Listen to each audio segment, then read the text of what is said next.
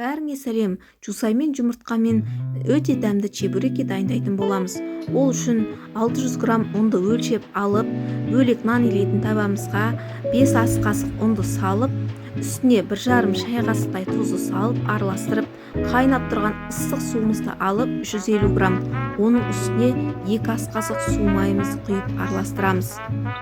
Араластырып болғаннан кейін суығанша 5 минутқа қойып қоямыз. Әдеттегіндей керек заттардың бәрін астына описанияға жазып қоямын. Суып болғаннан кейін бір жұмыртқаны салып, басы біріккенше араластырамыз.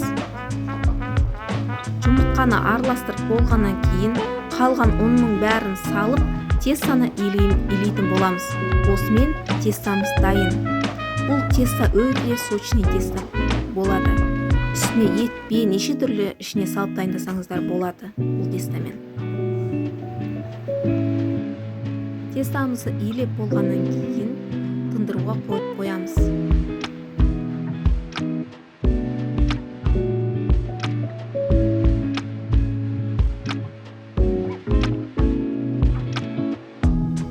Осы аралықта жусайымызды, тазаланған жусайымызды алып, магазинмен өлшегенде 3 бума болады. Мен өлшемей огородтан теріп алдым. 3 жусайымызды жақсылап турап, бәрін салып, 6 жұмыртқаны алып қуыратын боламыз.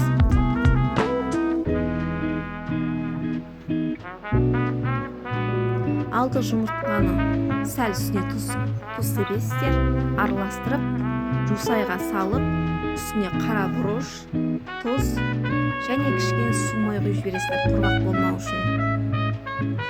Жақсылап араластырып, осымен біздің начинкамыз дайын. Енді тестамызды шетінен кесіп алып, чебурекимізді жасаймыз.